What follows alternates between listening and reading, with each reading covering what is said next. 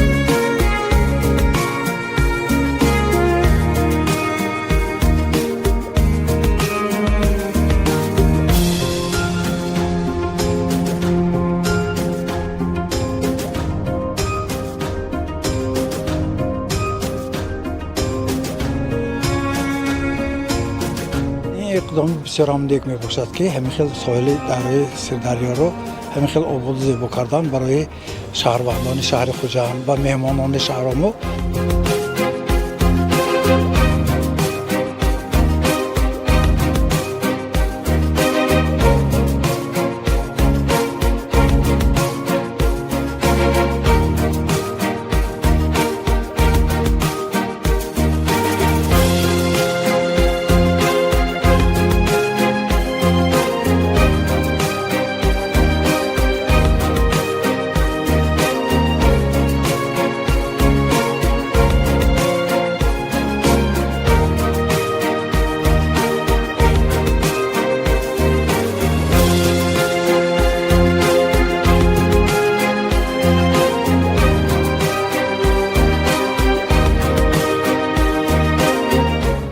همه خرسند، بچه ها خرسند.